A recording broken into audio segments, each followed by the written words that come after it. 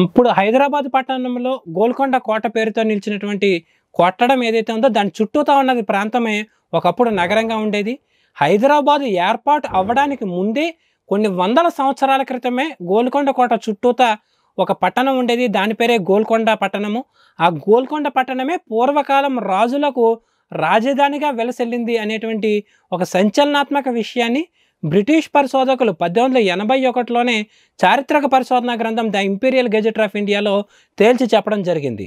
అప్పట్లోనే గొల్లకొండ అంటే గొల్లరాజులు పరిపాలన చేశారు కాబట్టి దీన్ని గొల్లకొండ, తర్వాత కాలంలో గోల్కొండ అనేటువంటి పేరుతోటి వ్యవహరించేవారు.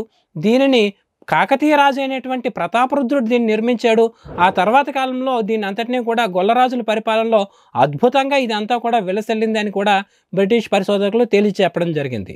The imperial gazette of India లెక్కల ప్రకారం హైదరాబాద్ కంట ముందుగానే గోల్కొండ అనేటువంటిది ఉండేది. బంగారు వజ్రాలు తోటి ఆ నగరం కూడా విలసిల్లుతూ ఉండేది అనేది సుస్పష్టం.